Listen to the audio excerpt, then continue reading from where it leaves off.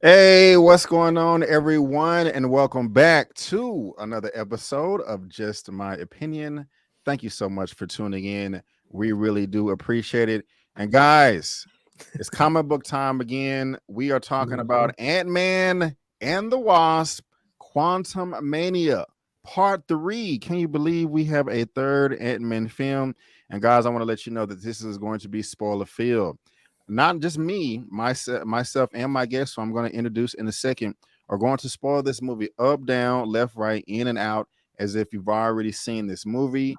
You have been warned, and I actually don't know when you're going to see this review, this spoiler, because right before me and my guest, who I'm about to Yeah. introduce in a second, there was like, "Hey, we know the movie comes out like on the 17th or whatever, but we don't want you to release any spoiler reviews until the 24th of February."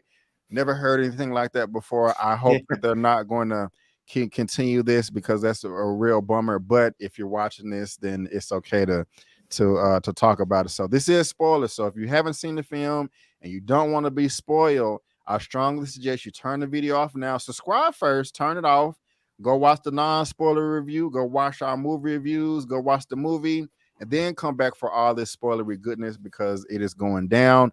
And like I said, guys, as you see, I am not here by myself. I got my man here, Chris, with 3C Films, ready to break this movie down. Chris, how are you doing, sir? How are you doing? I'm doing good, Brendan. That I can't believe they implemented that rule. If that stays, man, I'm gonna have to start just going Thursday night like everybody else, which is fine, But that's just a bummer they did that. Yeah, yeah, it's just a bummer. They let us know at the last minute and kind of just ruined our plans. And hey, it is what it is. But Yeah. guys, if you love what me and Chris has to say, you can follow us on social media. My handle's on the screen. It's also in the description box of this video, as well as Chris's information. Also, this gentleman is on my channel tab right here. If you just Oh, scroll thank you, down, man. there he is, 3C Films. Look at all those subscribers he got. He is on his way Thank to 1 million and then 1 billion. No, enough for the cringe stuff. But no, I he's on love my cringe stuff.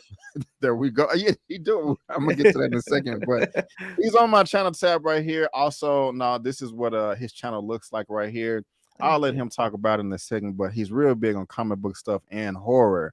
And so, if you, I mean, he got 537,000 subscribers for a reason.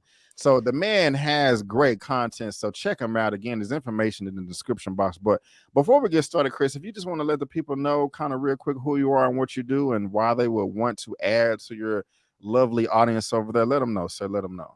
Oh yeah, I mean, I'm just a regular guy. We're both out here in Dallas, Texas, so we don't get all them lovely connections in Los Angeles like some other reviewers. So I just like to talk about the movies I love right here. I'm lucky enough that I get to see them early, so I really shouldn't complain about Disney telling me when to post a spoiler review. But if you just want to see me be goofy and talk news, trying to be positive about most things, I know a lot of people feed off negativity out there nowadays, but that's mostly what I do is just talk positively about movies. If there's something negatively out there, I just try to avoid it.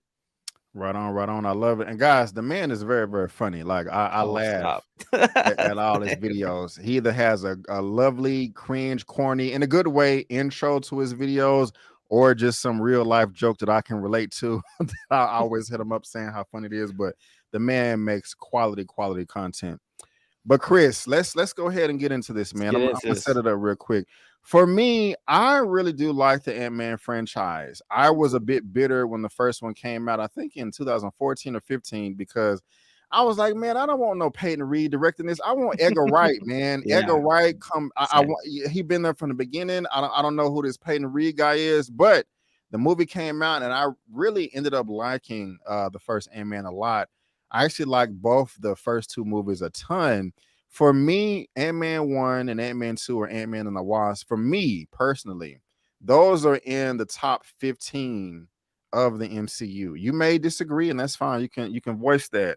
I don't want to go as far as saying top 10, but I will say the top 15. Those are really, really great films. And Peyton Reed, you should really be proud of yourself.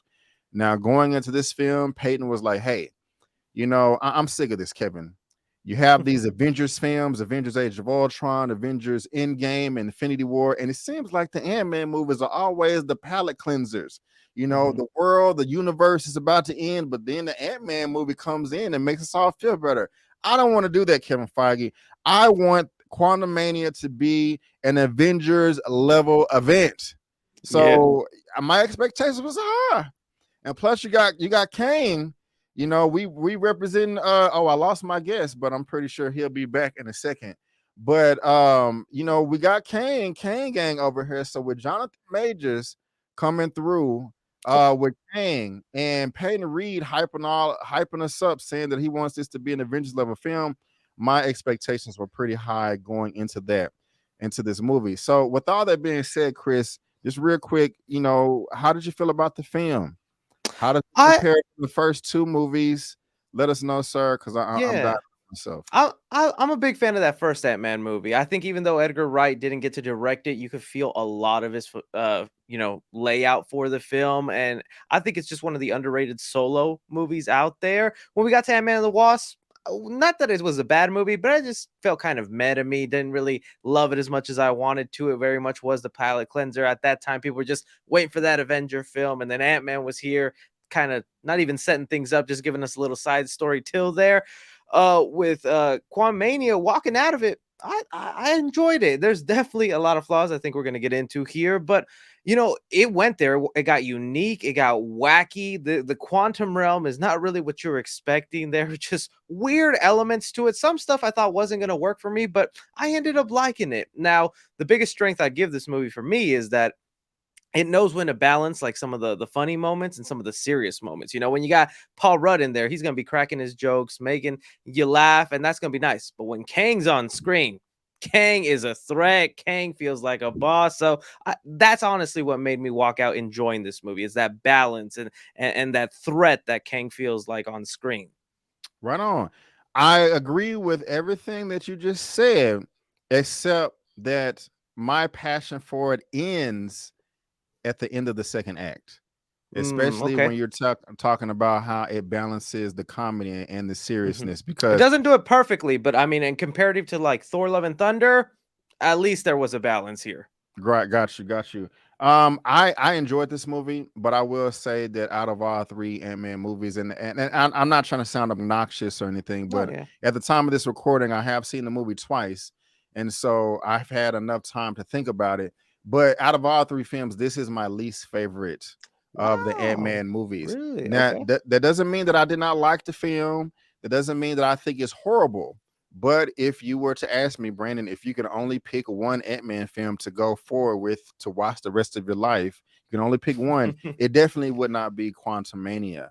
And one of the reasons why, and well, I'll give a positive. I think, you know, the Marvel movies, they do have a lot of comedy, a lot of silliness Yeah. and goofiness. Oh yeah. They do that well. Sometimes they do it too much. They Mhm. do the best job with these Ant-Man movies, in my opinion. They are the funniest to me. I love Michael Pena's character as well. I mean, it's just fun. We didn't get to see him in this one, Yeah. Didn't show up. but this movie fell apart for me in the third act. The reason why is it just got a little too silly and goofy to me. I personally do not like comedy, silly goofiness when we're in the final showdown, Mhm. when we're in the middle of war, when we're in the middle of battle. And that just happened a bit too much in this third act for me, where you had the little creature where he's like, he got shot up and he was like, "Oh, I have holes." That was not the right Yeah. time for I Yeah. hated that. Yeah. I also hated what they did with Modoc, you know, with him being a dick. Yeah. Like, I'm a Definitely. dick. I don't want Yeah. to be a dick anymore. And like, that's just not funny to me. Save Yeah. that for the first and second act, but I don't want all this jokiness in the third act. It bothers me. And also just towards the end where, you know, we're in the middle of battle on the battlefield and Cassie, you're big. Oh, Dad, you're big. And they're running and hugging each other. No, I hated all of that. I didn't like it. It clocks me out. I don't want anything like that in the third. Well, you can have comedy in the third act. It just has to work. A good example of it working was an Infinity War where there was on the field of Wakanda. Groot says, "I am Groot." Captain America says, "I am Steve Rogers." That was a Yeah. lovely organic moment that worked. Also in Endgame during the final battle where one of the Captain America has has Stormbreaker and Thor has Mjolnir, and he's like, no, give me the bigger one. You take the Switches little them one. out. Yeah. It was funny, organic moment. That is when it works to me. Now I Yeah. know comedy is subjective, and Chris, you may feel completely different, and that's fine. No, I'm actually But agreeing. Mhm. I remember the first time I saw this, I was like, okay, the first act is intriguing. I don't know what the hell is going on, but my interest is piqued. The second act, I was like, okay, we have a plan of action. We're going to go through these steps. We're going to take down Kang. I'm here for the ride. But then the third act came and you have all those jokes. It really rubbed me the wrong way. How do you feel about any of that? Yeah, you brought up some great points, like the organic comedy. That's something that I feel has been missing. And it's funny you mentioned, Infinity War, Endgame, and I'd say even Civil War, and those were and the Russo brothers directed movies. It feels like they knew the perfect balance. When I'm talking about balance in terms of serious and those comedy moments, they definitely did it best here. I'm just happy they didn't boggle down Kang into a joke. But that definitely is what happened with MODOK. Like, you're so right. It feels like they almost wasted him. Like, that's a character I think people have been wanting to see just because of how intriguing he looks. Mm-hmm. And I know there's going to be complaints about the look, but I just don't think you could have ever have made that comic book look pleasing on screen. I think actually when it was full mechanical, it actually looked good to me. Even the CGI on MODOK there, I think that looked cool. I loved his weaponry. He actually felt like somewhat of a threat when he was going. But as soon as that mask came off and you see that goofy face, and then you get that Darren personality that doesn't even really fit the personality he had in that first Ant-Man movie, I'm like, what's going on here? Like, he should hate Ant-Man with a Right. passion for what he turned him into. And then it leads to that Exactly. ending of I don't want to be a dick anymore, Right. and changing the loyalty to Kang. Like, we saw like that one scene where Kang like pushes him up against the wall and treats him like a henchman and whatnot. But I mean, I think he still granted him with like the technology to be able to at least do something with himself. I felt like if you're picking the two people he hates the most, I'd still think Ant-Man would fall on that side. So yeah, I didn't love that turn at the end with MODOK. I think Darren Cross was a great villain in that first movie, and I kind of wish he kept some of that sinister nature, but maybe they didn't want it to like undermine Kang, have two Right. real sinister villains, so one had to end up being the comedy relief. But just the way he died at the end, it was kind of like, wow, so that was MODOK in the MCU. Right, right, Cool. right. Now staying on MODOK, because I'm not just gonna crap on this movie because there's still a lot to like. There's still a lot to love. Yeah. I like you. I like MODOK. I like the design of him. Yeah. I like the I do too. continuity because I mean it just makes perfect Yeah. sense. He was sent into the quantum realm at the end of the first film, so it makes perfect sense that we would see him in the third film since we're spending so much time down there. That's great. I like the design of him being robotic or whatever. I like the acronym. I like the joke that Paul Rudd made, Scott Lang made. Like, it's actually Modoff or whatever. It was funny. So I like the helmet design. I even liked his stretched out face. It did look ridiculous. I was so interested in seeing how you was going to react to it, Chris, because as soon as they showed it, I heard you laugh or chuckle. And I was like, yeah, okay, he likes it. And I mean, MODOK looked ridiculous, but in the comics, the character looked ridiculous. And so Exactly. I'm perfectly fine with that. I like MODOK in the first and second act. He was he could have been a bit more threatening because he did seem a bit more dangerous in the first film.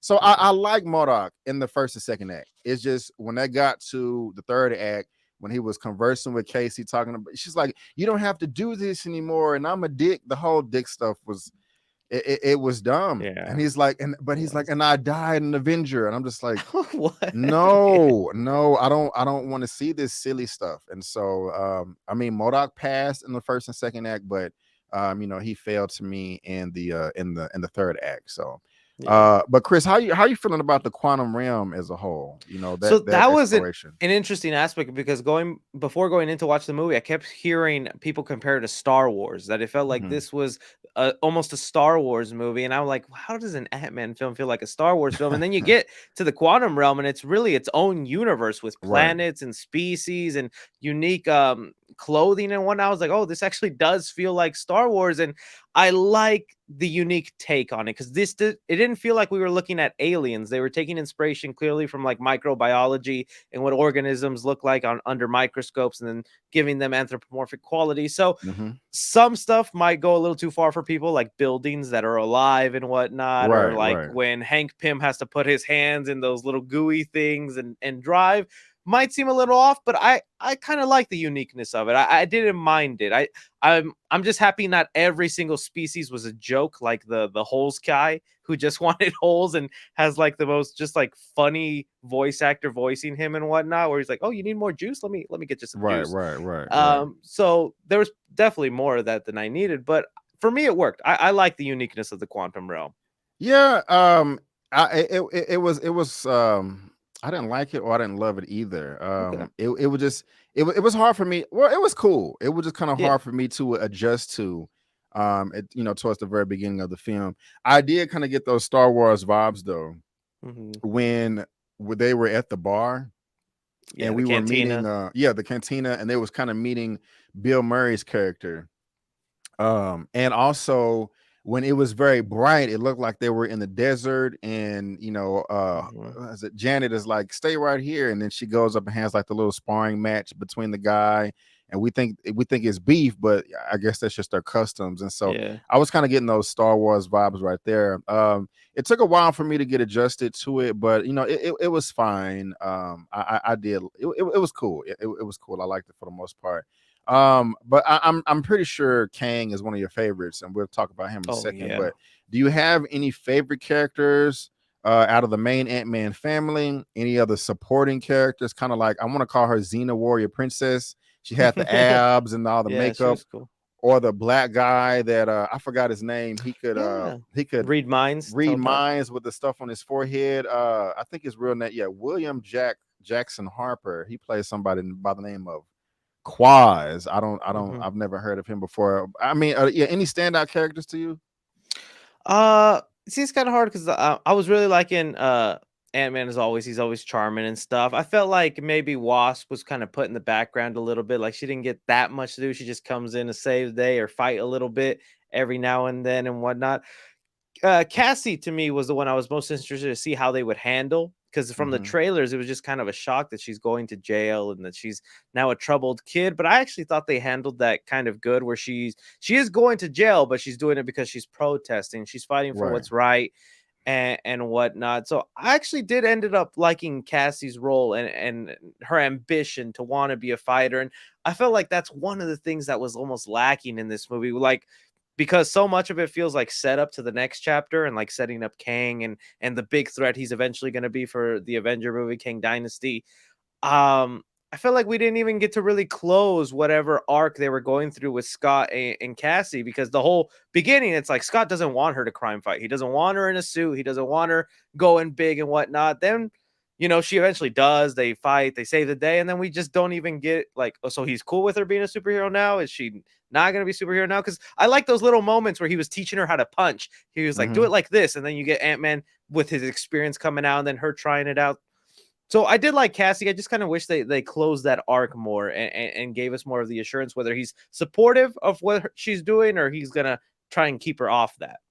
Yeah, man, I agree. One of my pushbacks is this movie is 2 hours and 5 minutes. I think it could have been a bit longer, just to kind of develop those relationships that you're talking about Yeah, in the quantum realm. As since it's the spoilers, as soon as I think that when they beat Kang towards the end, they could have easily had those scenes yeah, where it was with Paul and Cassie, but they just kind of jumped to him outside in the regular world. He's walking down the street panicking, like, oh, what did I really kill everybody? Then it goes to the birthday. yeah. We could have used some more development there. I you're making me feel better about Cassie, because my Mhm. first reaction, I didn't like her I at all. understand. I thought she was very annoying and disrespectful to her dad. You make a good I point. get you. You make a good point saying that she's a bit rebellious for a good reason. Like, I mean, I got a lot of respect for Same as Scott was protesters. in the first movie. Right. Gotcha. But the way that she was talking back to her daddy, No, yeah, like it was his fault that he was like gone for 5 years. I mean, he yeah. really did save the universe. I mean, it's not his. I understand if he was a deadbeat, but you're talking. Yeah, I literally saved the world. Oh, what are you doing now? Signing books? Are you serious? My mama would backfist me like into next week if I talked to her like that. Yeah, You know what I'm saying? Like yeah, I was really annoyed by that. And I know that it's realistic for some children to talk that way. But just like you said, even though I did like the relationship between Scott and Cassie, I wanted more. I wanted him to check her yeah. more and be like, listen, little girl, even though I've been gone for a little bit, you're just not gonna talk to me any type of way. Not only am I an Avenger, but I'm your daddy. You know what I'm saying? Mhm. And so I was out of all the characters, she was my least favorite out of all of them. But yeah, Okay. it is what it is.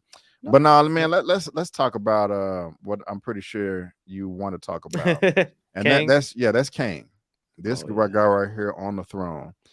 How did you feel about him? Did you like him? Did he live up to the hype? Is he better than Thanos or not? How are you feeling about Jonathan Majors as Kang? So the cool thing about Jonathan Majors and this Kang, because leading up to this movie, talking about the hype and excitement to see this Kang, and I love his outfit. I love how shiny and everything about it. But I would get comments from people being like, I didn't like him in Loki. He's really the next big villain. That's the guy we're gonna be fighting."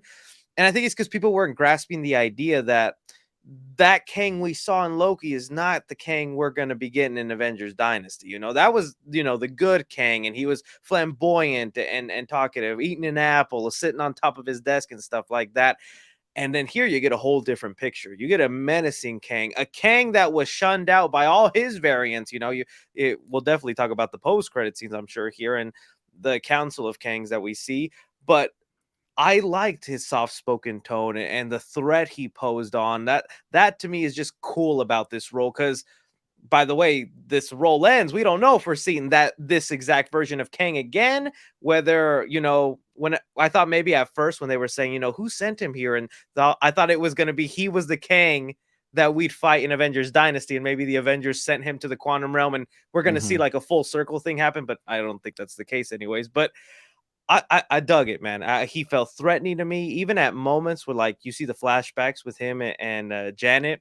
I was like, Yes. it's like he's willing to help her. He's willing, I don't know, to give her peace or to be kind to another. So it's like, is he evil, or is he almost like a Thanos in a way where he feels he needs to do some bad for the justification of good? Because his whole thing is, look, I need to go to Earth because something bad's gonna go down, and I'm the only one that can help you, but it is gonna mean the destruction of other timelines. Right.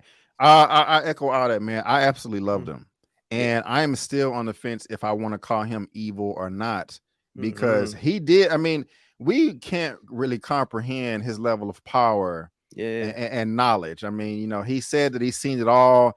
Of course, we got some of the same imagery of the timeline from Loki, and I like how they repeated that. So all of that's cool. And he says that he saw what happened and he wanted to stop it. So did he want to stop it for the greater good? Were all these timelines just going out of control? And he was like, okay, I need to create some type of order so that there won't be complete destruction, maybe just a little bit. And I want to be the leader. And maybe he got into it with other people like, well, why can't I be the leader? I Yep. don't know. I mean, he knows that he has to kill people or timelines or universes for the greater good. We haven't decided, or I haven't yet, Yeah. if he's just completely evil. I'm leaning on the more evil side, but I can't wait to see more in Oh Kang yeah. Dynasty and also in Loki season 2. And of course, we're going to talk about that post credit scene or whatever. But I loved everything, like you said, about his outfit. I love the reveal of his backstory. Like I just like how it all came to fruition. She Mhm. helped him charge his core. I forgot the exact term that she used of how she Mhm. was able to It was like to Neuralink. yeah, something like that. I liked all that. He in those little flashbacks, he really did seem, real dark and sinister, just the way he's, just washing people, to get what he wants. And I Yeah. like that. He was like, Janet, we can leave right now. She was like, and then what?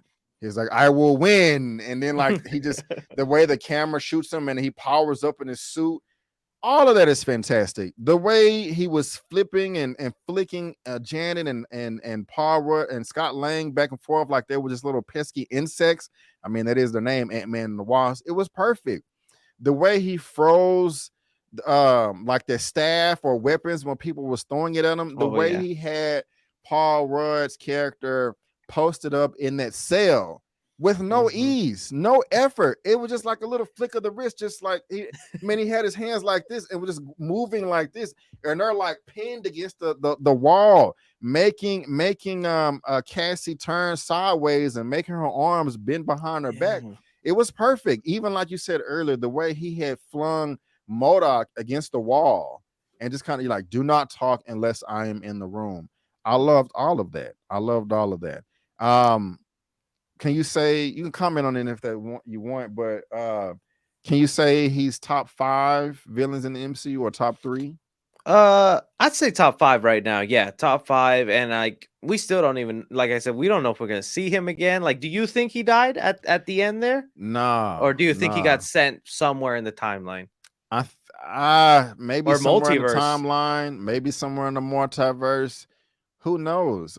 Maybe he just shrunk down again because they put a bunch of those Pym particle things. They had like an infinite amount. It seemed like. Yeah, and they put both red and blue, so it's like, is it going to grow? Is it going to shrink, or is it just going to be? Who knows? I don't know. I don't know. I don't know. The other thing I wanted to ask you there, so we did get to see like his power level, and he was definitely threatening, you know, like being able to telepath, whatnot, and he had those blasters where he just disintegrated people. And that was my main concern going in, because everyone's like, okay, well, he's supposed to be the Avengers level threat. He's supposed to go up against a whole Avenger team, not just Ant-Man. And that third act comes where, you know, he's got to fight Hope, Ant-Man, and Cassie. Did you believe that fight? Did you buy into it? Or did you think, like, why isn't he just killing them right away? Or, like, you know, do you think Ant-Man lasted as long as he could have? Or, like, do you think they copped out with, like, the Ant Army? How did you feel about that? I had a lot of problems with the third act. Like I said, that you make a good point. I think their victory was a bit too easy. Okay. Yeah, I agree. And I was bummed out by that. One of the things that bothered me, especially the first time I saw it, is because there was stuff I hated about the third act, but stuff I loved. Stuff I loved about it was when Kang was actually fighting. When he actually got off of his high horse and he went down there and was blasting people. I did like that. When Cassie, Scott, and not Janet, what's this girl's name? Hope. Hope. Hope. Oh, sorry. When all 3 of them tried to fight him, you know, one-on-one, he handled them very, very well. But I got pissed off when he was in the control room and Ant-Man got big and just came out of nowhere and just started wrecking shop. I was real pissed off at that point. I'm like, bro, you need to get into the fight. Don't just let him destroy your army, your armada, your empire. I mean, and they hyped it up so much. I've been down here for so long and I built this army and I'm taking it with me. But they didn't do anything. They didn't do anything. Like no, Janet is hyping it up, talking about, oh man, he has all this technology and knowledge from centuries ahead of our time that we can't even comprehend. But Ant-Man is destroying half of it by himself just by being big. That bothered the hell out of me. And then especially like the rally cry that Cassie made on the little intercom, that was so annoying and cringeworthy to me. Like, so y'all get hyped up from this human being that y'all have only known for a couple of hours. Like, yeah, we can't fight back. Why didn't y'all do this a long time ago? It really watered down his army and the level of threat that was hyped up. It was just too easy. Because that army was supposed to go fight a bunch of Kangs, as we find out. You know, so he wasn't going to stand a chance either way. Yeah. So I was a bit bummed out with that. And on top of, I mean, because he was just standing there like, let's launch now. Like, no, get your ass out there and blast some people. He had the blue force field surrounding his little ship. It seemed like Scott got in there a little too easy. It just I don't think he's dead, but while I love Kang, I think he was defeated a bit too easy for me. Yeah, and I wish that rubs me the wrong way. I wish they kind of made it more clear that Kang at the end of the day is just like human. Maybe he's got like some enhancements. Who knows? He got like a version of Super Soldier Serum in him or whatnot. But at the end of the day, he's just like an intelligent guy that uses tech from the future to fight. And like when he was having his fist fight with Ant-Man in his little ship, you know, and his suit's like all destroyed, I just took that to mean, well, he's got no tech right now, so it's just fisticuffs, Right. and he's even holding his own with Ant-Man there. What bothered me the most was I think the ant army was kind of a cop out. Like I like the inclusion of ants in here, but then like that the Hank Pym speech of like, well, these intelligent ants, they actually got here before us, and since the quantum realm works differently, they've actually been here for 100 years, Right. Right. building up their technology, and now they're here to. I'm like, God, this is kind of ants. Yeah. Yeah. I Yeah. don't know. That was kind of a cop out there for Yeah, me. big time, big time. He actually said time dilation, and Damn. so it was a big convenience. I didn't really care for that. And another thing that was convenient was everybody was just able to escape just like that. I remember I was like, okay, the second time I see this, I'm gonna really look out to see how Casey escaped, because when Kang was torturing her in the cell, she was in the cell. And then later on, when they got the cube, they were transferring her throughout the corridor, throughout the ship somewhere, throughout the base. I don't know exactly. But the two guard, they didn't have her tied up. They were just walking with her down the hallway with her arms free. And the guards had just holding her arms. They didn't want to take her suit away.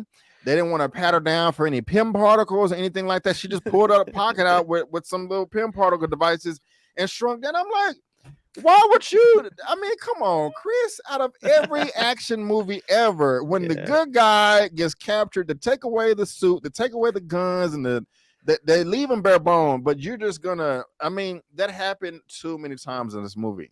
Like, it's just kind of lazy to me, So I was just a bit annoyed by that. It just I don't know what happened. I don't know what happened. So yeah, Cassie wasn't my favorite in this. I understand. But She's got room to grow. Hope whatever they do in the future with her, I hope it works out better. yeah, how did you now? I mean, and I don't mean to make it seem like I'm just crapping on this film, but again, just some of the stuff that did work. I thought it was. I like Bill Murray as an inclusion in this.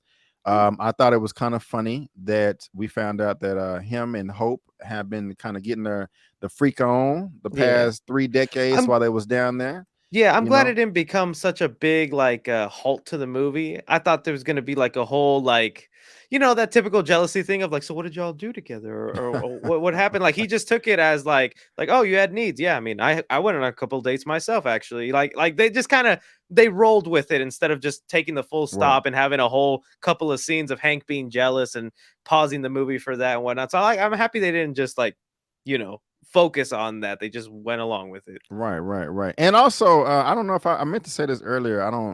I think I forgot. But when it comes to MODOK, I did say that I liked, his look and all that. But what was really funny to me was everybody's reaction to him when they saw him. Like, Darren, is that you? Like, what happened? I laughed hard, especially the first time I saw that. It was very, very entertaining to me, and so I'm just trying to keep it balanced and not make it seem like I'm crapping on this movie. Now, did it make sense to you though? To us, okay. So at the very beginning of the movie, she activated the device. It sent a signal down to the quantum realm. They all got sucked in. It looked like the whole room, the whole laboratory was destroyed. However, towards the end of the movie, when they get out of the quantum realm and the gate closes, I noticed that Cassie still had the computers on the wall and just was over there able to enter in her password and open it back up. It may not be a big deal to people, but I was just saying to myself, I thought the whole laboratory was destroyed. I mean, that may not be a big deal to you, but it's just something that kind of stood out to me.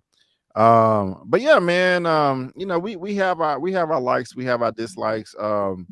Is there anything that I left out about this film that you want to cover that I haven't covered yet, besides the post-credit scenes? Yeah, besides the post-credit scenes. I mean, I didn't get to hear what you thought about Hope in here. Like, do you think they sidelined Wasp? Would you have wanted to see her do more? Like I just felt like she didn't get her fair share. It felt like she just there, Yeah, that's true. Yeah, we could have got more of her. I do like her. I loved her actually in the first movie.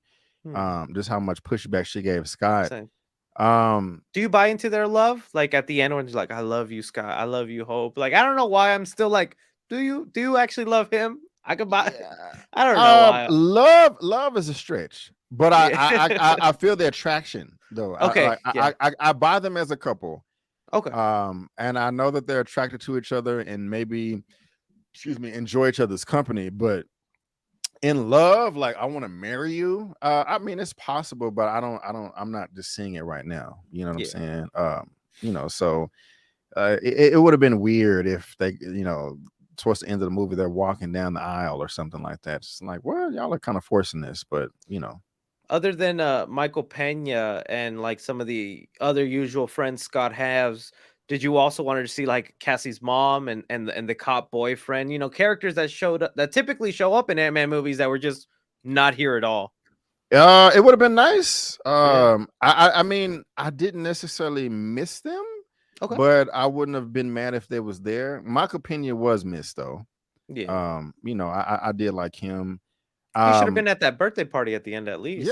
yeah. I mean, they did a good job with the Baskin Robbins manager and also the older gentleman. There was like at first he was like, "You're a Spider-Man," but now he's like, "Oh no, you're the Bug Man. That'll be $12 for the coffee." I like that.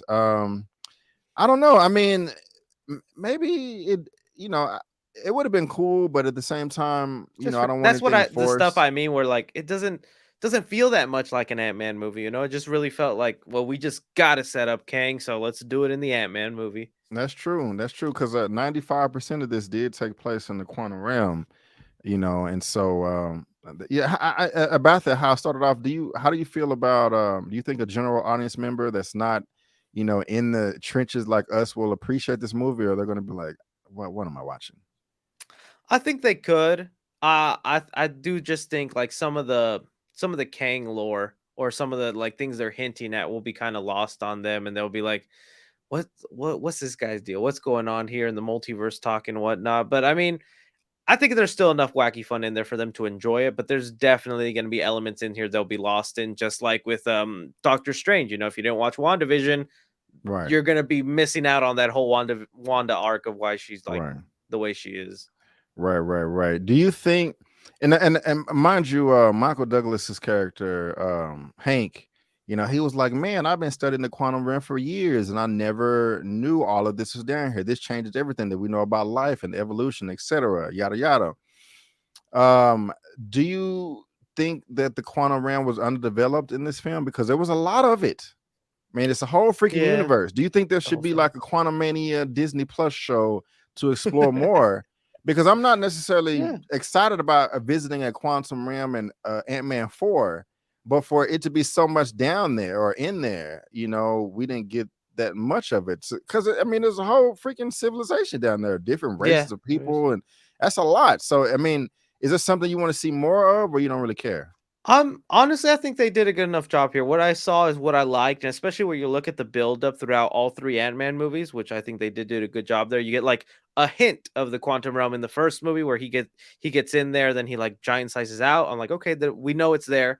Then the second movie, we finally get a little bit of time there, taking out Hope's mom and whatnot, and seeing a little bit of the creatures, and now here full exploration. I like that build up. So I don't know. They give Disney Plus series to anything nowadays, so Yeah. I guess maybe I'd watch it. But I'm satisfied with what I saw, and if they don't show me more, I'd be okay.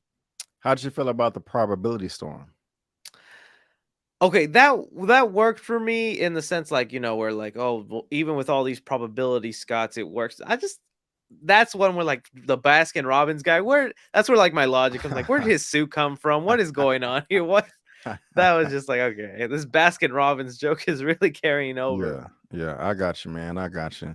I think it's safe to say we have more pros than cons. Yeah, I still Uh, enjoyed it. It's yeah, just good. Like it's decent. It's not. I didn't think it's horrible. got you. So, Chris, let's talk about these Post mid and credit post credit scenes. scenes. We got the first one right here. Oh It, yeah. it is perceived that this Kang is dead. because it was like, oh, the one that we banished is dead. And he's like, are you sure about that? And he's like, well, I wouldn't have called you guys if I wasn't. I know in Loki, there was one of them that was called the He Who Remains. He Who Remains. This one, I think it was Ramatut. I don't know the names. I'm not gonna sit here and stunt. Yeah. He was able to. We got the Council of Kings here, man. It was thousands of Basically, them, yeah. thousands of them. Wow, wow. It took all of those kings, or maybe not all of them, but a lot of them, to take this king down. And so, Yeah. I don't know, man. What are your thoughts about this Council of Kings, man? Does it get you excited? Does it confuse you? Like where you at? Where you at? I could see some people getting confused and whatnot, especially with all the different looks that they have. You know, like the futuristic Hang one was an interesting one, and then you had the Ramatut one with the Egyptian things.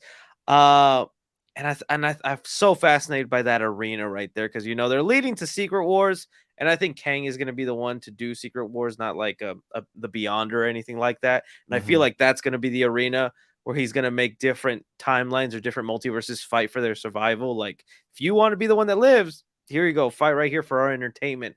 So it makes me more excited. It makes me like curious to see what's happening, especially with like the Conqueror, the one we saw in Quantumania here. You know, how he differed and how he saw them as a threat, wanted to get rid of them. And now Antman having those thoughts of, you know, am I duping everybody? What's this threat coming on? And then they're over there saying, these people are close to multiverse travel. We got to attack now. So, yeah, it leaves me excited. But I do think the general audience is going to be weird, especially when, like, all the little Kangs were popping up on the field. Yeah, I saw one Kang with dreadlocks just dancing. It was all over the place. I missed that one. You said multiverse. There's something I want to talk about that I forgot to mention. I loved it. The first one. I can't wait. It seems like there's always going to be a threat. Like the Avengers are never ever going to be able to relax.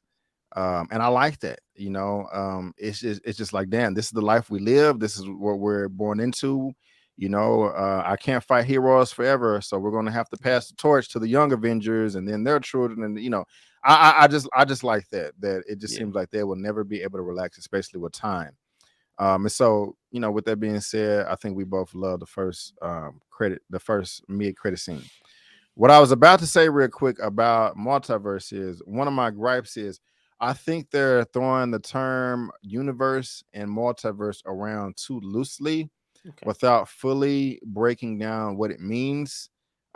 Because to me, there is a difference between a universe, there's a difference between a multiverse, a realm, and a dimension.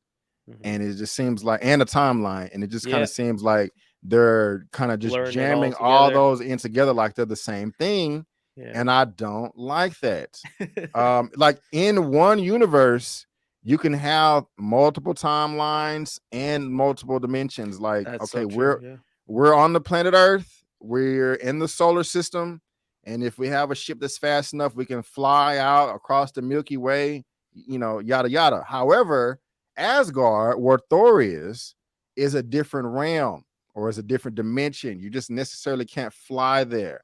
The quantum realm is a different realm. The negative zone is a different realm. Wherever Dormammu was hanging out, that's a different realm. Dark dimension. Dark dimension or a different dimension. You know what I'm saying? That's the difference. But then you have timelines to where in that same universe, you can go forward and back. All of that can be in one universe, and that universe can be summed up into one page. Like this page in this book right here is one universe, but then you have all these other pages.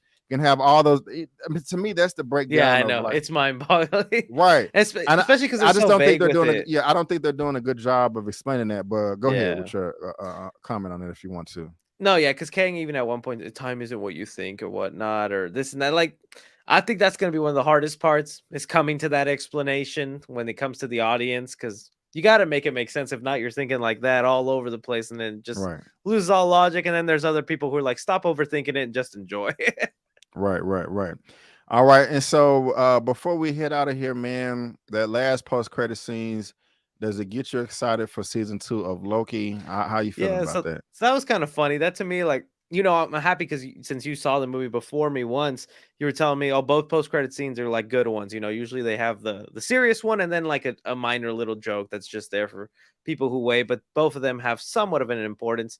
And I think it's kind of interesting that the last post credit scene is more of a teaser or a letting know to the audience of like Disney Plus, Loki season 2, watch it.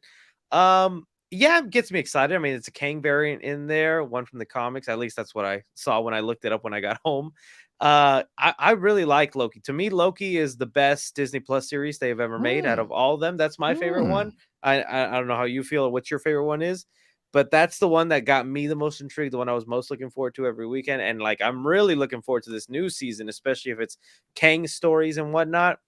Um, I think it's just gonna leave some people confused. You know, again, it's like you have to be into that interconnected MCU. right. You have to be following everything, and I guess the people who stay behind to the end are the ones following everything. True. If not, they're gonna like, "Whoa, Loki! What? Okay, what's going on here?" I got you. So I really did enjoy the Loki. One I hated episode. I think it was 3. okay, I think you no, you wasn't there for that one. It was I forgot I just hated it. I think it was episode 3 I despised the most. I think I think it was 6 episodes. yeah. I think 2 of them I hated. Oh, okay, The first 2 episodes was like some of the best TV I've seen, and then episode 3 kind of I think it was Lamentis was I think was the name of the episode I okay. hated. But excuse me, I am very excited with this post credit scene right here, especially with it taking place in the 19th century. Because I'm like, how the hell did we get there? You know, because TVA time travel. yeah, so I'm really excited about that. Of course, if you're watching this now, you've seen the movie, hopefully. But if you haven't seen Loki season 1, go check it out on Disney Plus right now. And so, yeah, I love the post credit scenes, the mid and the post. And so, Chris, before we get out of here, man, your rating system, you A do little yours different. kind of a little different, man. So how would you want to rate this film? And do you feel that the curse of actually I don't even know how you feel about this. Pretty much everybody's hated phase 4 of the Yeah, they've MCU, been talking about it pretty. sucks.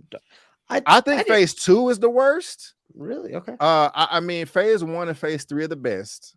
Then I would say phase 4. Phase 2 is the worst. But do you feel that we're out of phase 4 and we're leaning into more positive? I don't even just how you feeling about it, man? Rated. Yeah, How you feeling?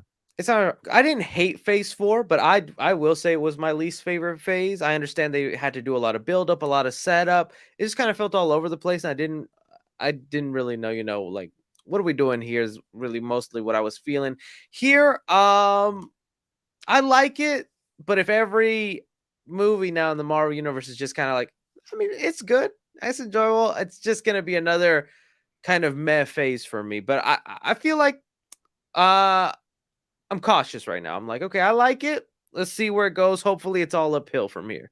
Gotcha. Um, I mean, what would you get? This like a C plus, B minus, B Uh, plus, for me, oh, and you can change it just right now. How yeah, I you think right feeling? now I'm gonna give it a B minus. Okay, that's fair. That's fair. I'll That's fair. honestly. That's fair. Also, if you didn't see it, we kind of shot a fresh out of the theater reaction. Chris did say that he likes this film more than Love and Thunder.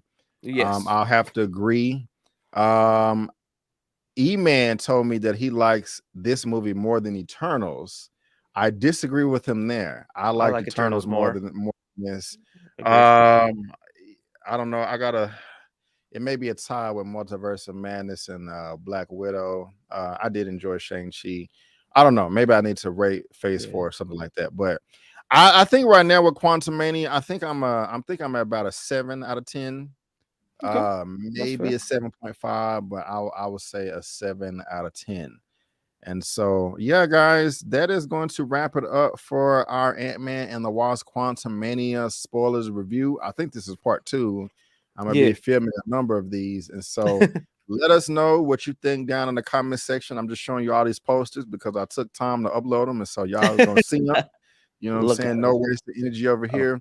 look at Chris, him. why don't you let all the good people know what you have going on your channel that they have to look forward to?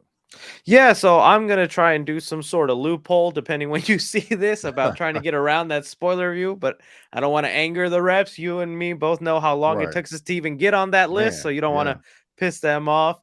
Other than that, man, I'll just be talking about whatever interesting news pops up, making theory videos about what's coming next. So just fun stuff if you're looking forward to the future of the MCU.